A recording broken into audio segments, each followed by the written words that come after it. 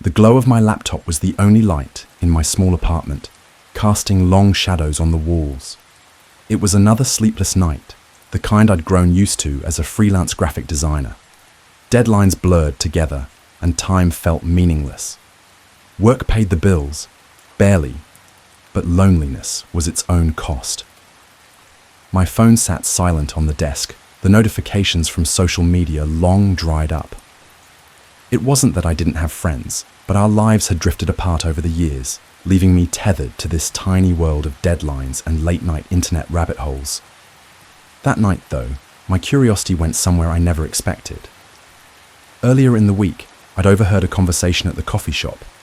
Two guys in their early 20s slouched in their seats, whispering about the dark web.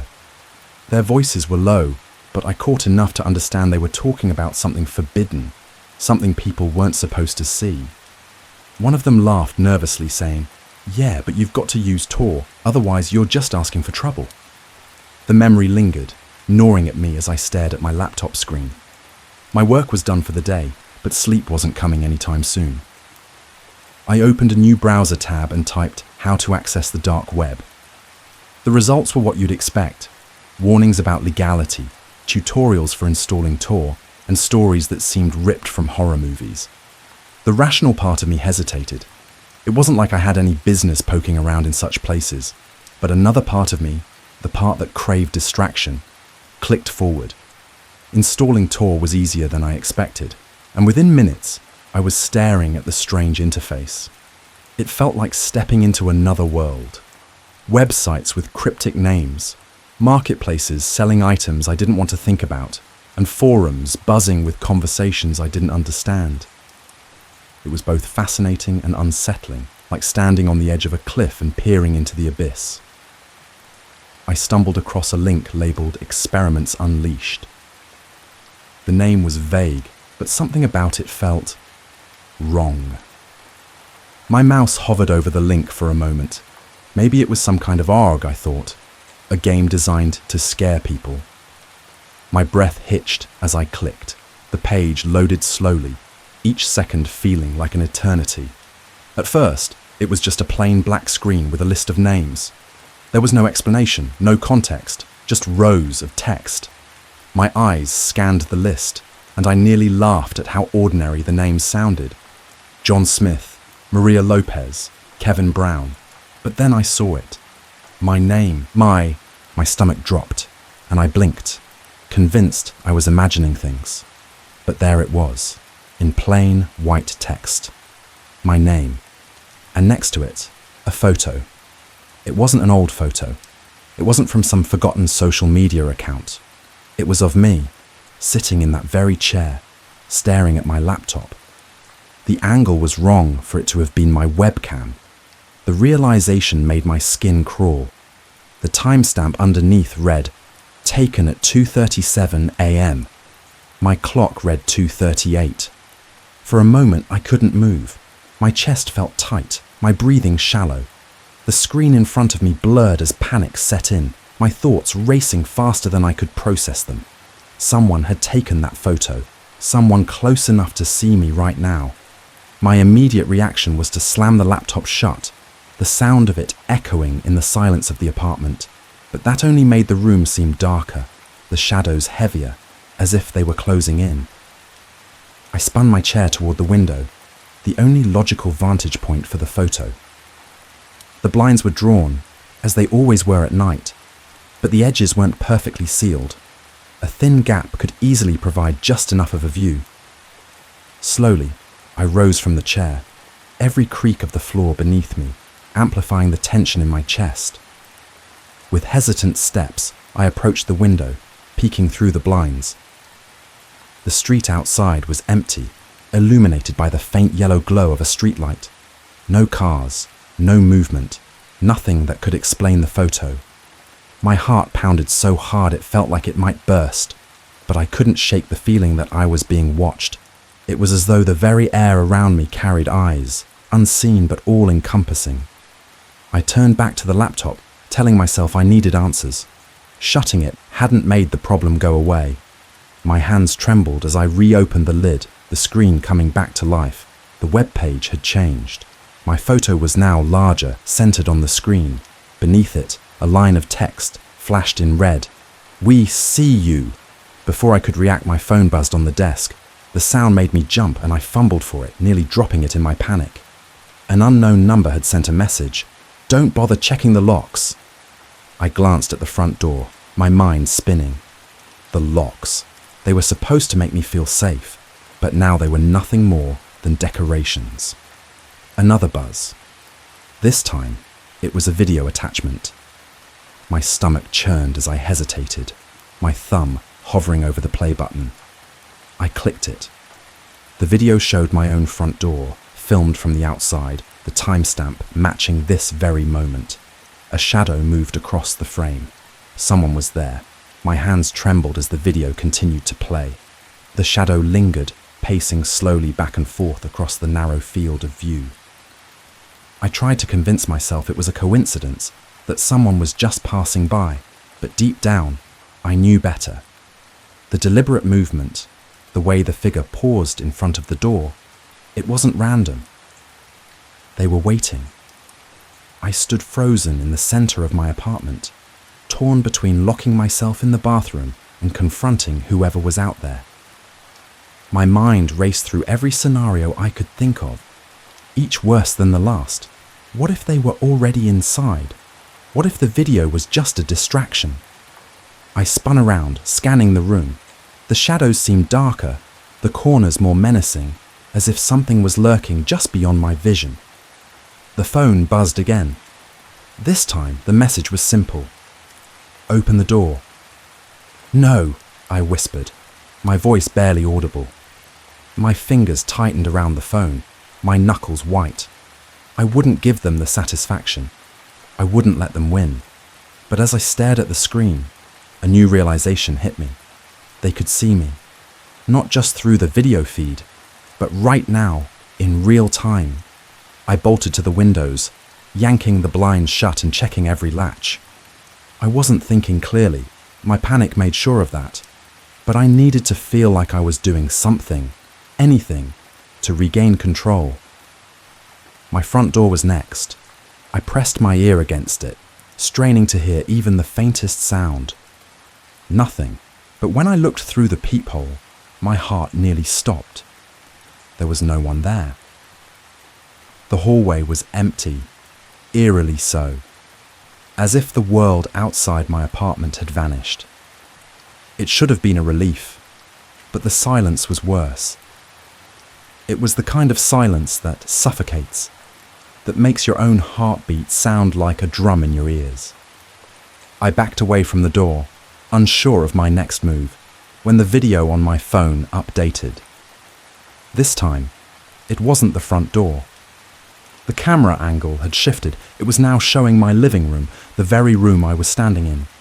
And in the corner of the frame, just barely visible, was the edge of a shadow. I froze, the breath caught in my throat as I stared at the phone screen.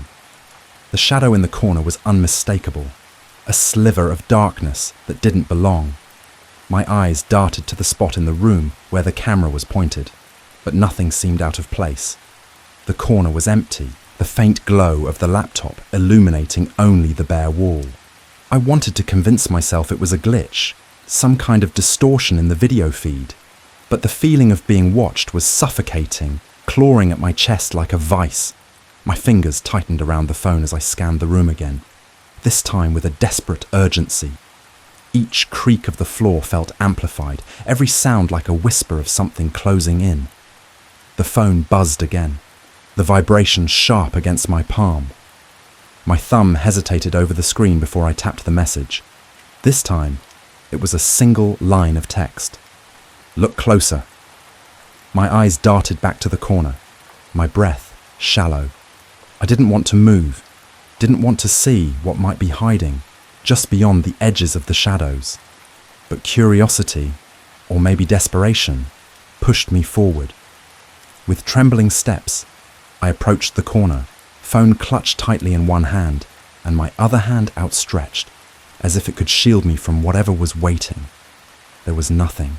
I exhaled shakily, a mix of relief and disbelief washing over me. The shadow was gone.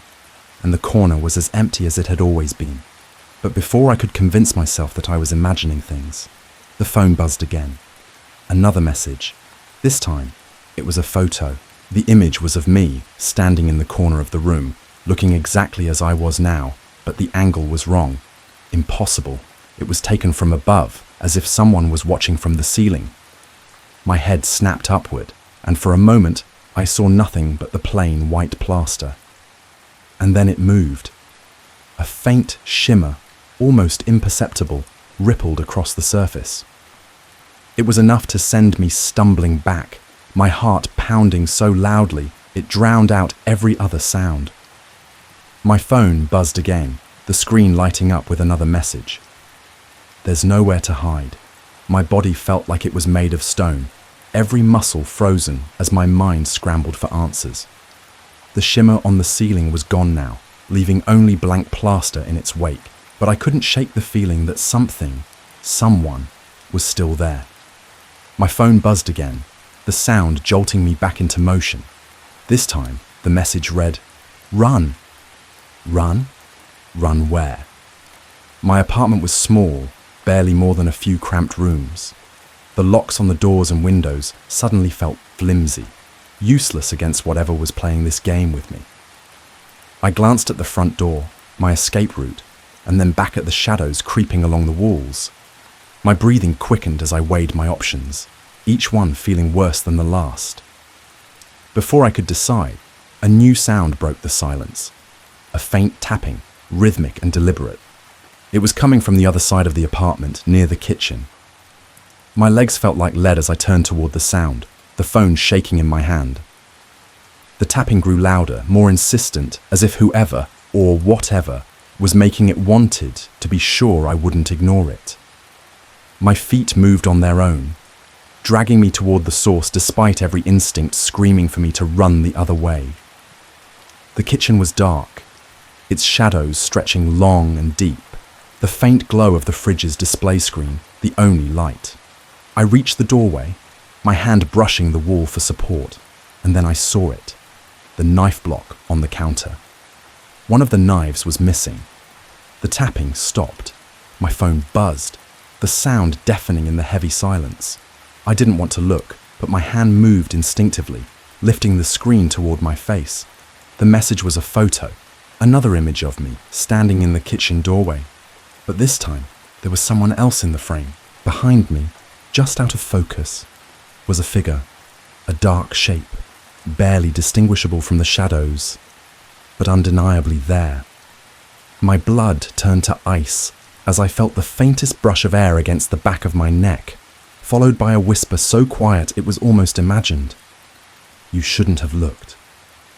The whisper sent a cold shiver down my spine, a sensation so visceral it rooted me to the spot. I couldn't turn around. I couldn't move. My breath came in shallow gasps as the oppressive silence pressed down on me. My mind raced, every rational thought drowned out by a primal, overwhelming terror. The phone was still in my hand, the screen casting a faint glow that did nothing to illuminate the darkness behind me. The air felt heavy, charged, as if the room itself was holding its breath. Then, with excruciating slowness, I turned my head, inch by inch, toward the space behind me. My pulse roared in my ears, my legs trembling as I fought the urge to bolt. Nothing. The kitchen was empty, its familiar outlines unchanged. The counter, the fridge, the darkened corners, all exactly as they should be. My knees buckled and I pressed my back against the wall for support. My phone buzzed again, the vibration sharp against my palm. I didn't want to look. I didn't want to know what it would show me next, but I had no choice. The message was a video this time. With trembling fingers I tapped to play it, my eyes fixed on the screen. The video feed was static at first, the image flickering in and out. But then it stabilized. It showed me, standing exactly where I was now, staring at my phone. The camera angle was high, like before, as if it were filming from the ceiling. And then I saw it. Behind me, just to the left, a figure moved into view. It wasn't clear, more a shadow than a person, but its shape was unmistakable. It didn't walk so much as glide, its movements unnatural and deliberate.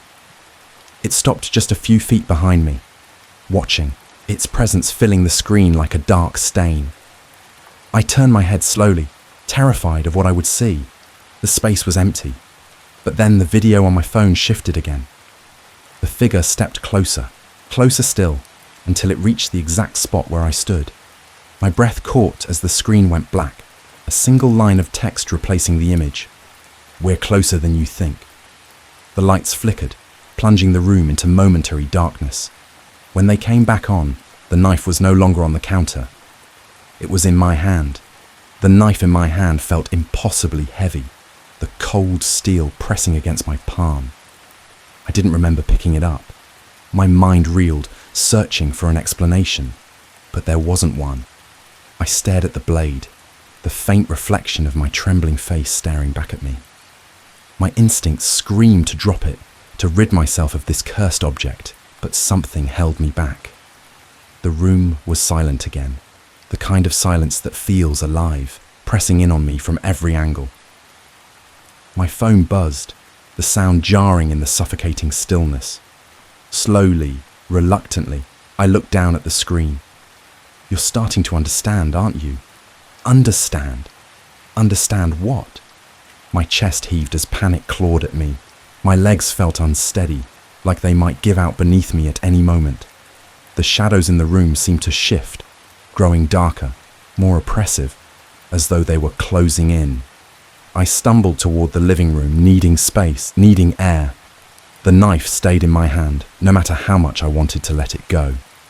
My phone buzzed again. This time, the message came with an attachment. It was a file, and its name was chillingly familiar. My name. Experiment 1.mp4. Experiment.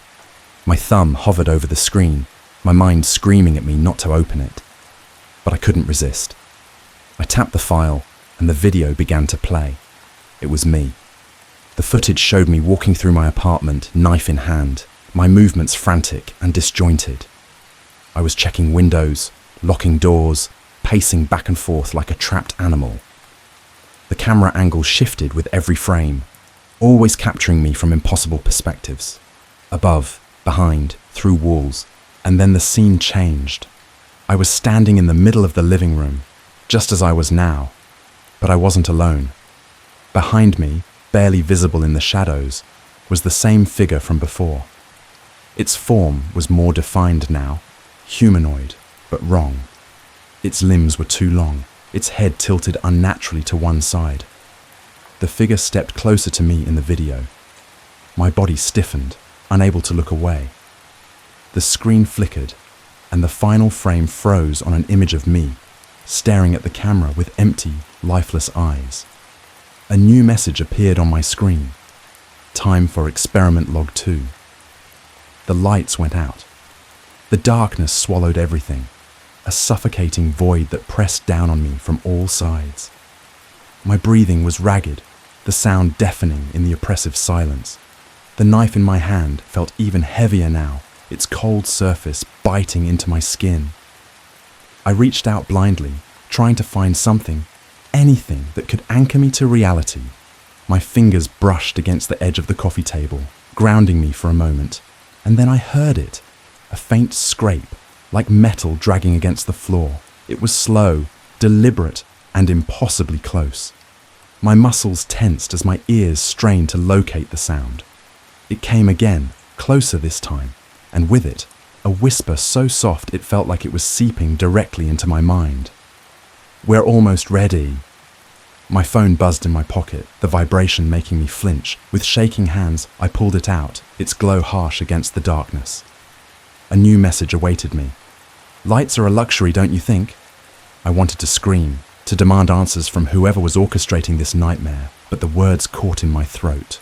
Another buzz. This time, it wasn't a message, but a live feed.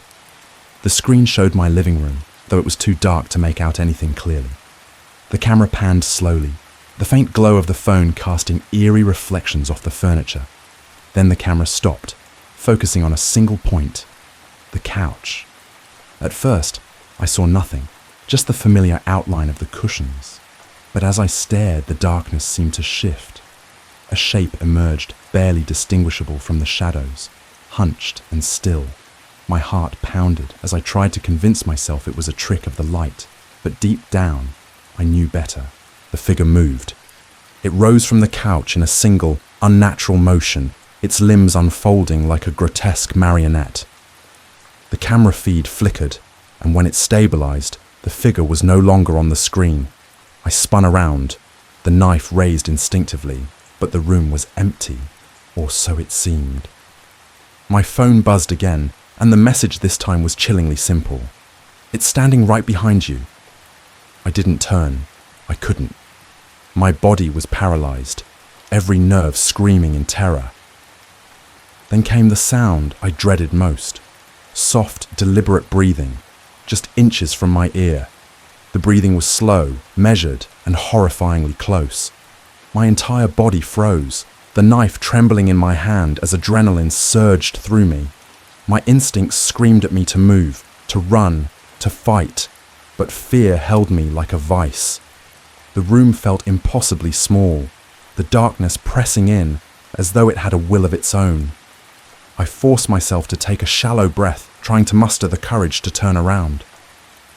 My grip on the knife tightened, the metal digging into my palm as I braced myself for whatever horror was waiting behind me. Slowly, with every muscle protesting, I began to turn. The room was empty. The silence was deafening, broken only by my ragged breaths. I blinked, my vision struggling to adjust to the faint glow of my phone.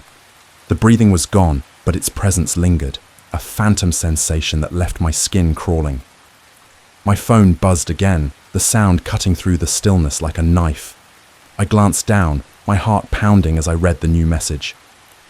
"You can't see me, but I'm here." A wave of nausea rolled over me. I stumbled back, hitting the wall, my legs barely supporting me. I wanted to scream, to cry, to do anything to break the suffocating tension, but no sound came out. My phone buzzed again, and this time it was a photo. It showed me, standing exactly as I was now, knife in hand, back against the wall. But there was something else in the image. Behind me, barely visible in the shadows, was the figure. Its head was tilted, those elongated limbs reaching out toward me, frozen in an almost predatory stance. I turned to look again, my pulse roaring in my ears. Still nothing. The room remained empty, taunting me with its apparent normalcy.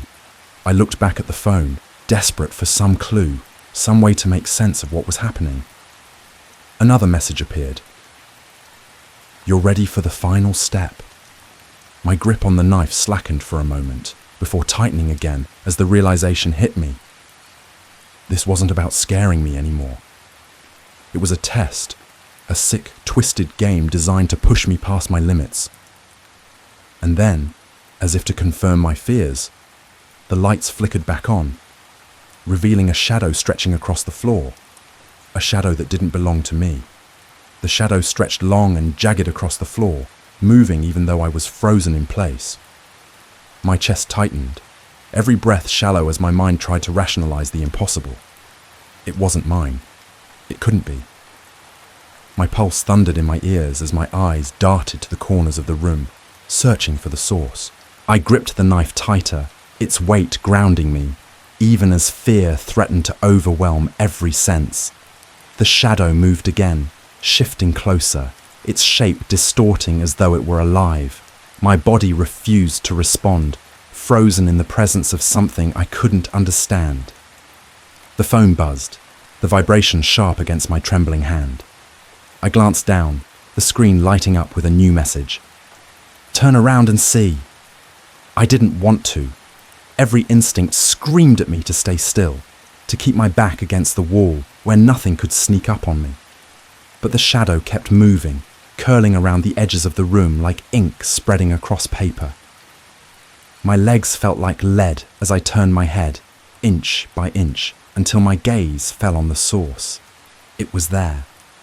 The figure stood in the center of the room, fully visible now under the harsh glare of the overhead light. Its limbs were impossibly long, its head tilted unnaturally to one side. Its face, or what should have been its face, was smooth and featureless, like a blank canvas. It didn't move, didn't speak. It simply stood there, watching me without eyes. My grip on the knife faltered, the blade slipping slightly in my sweaty palm.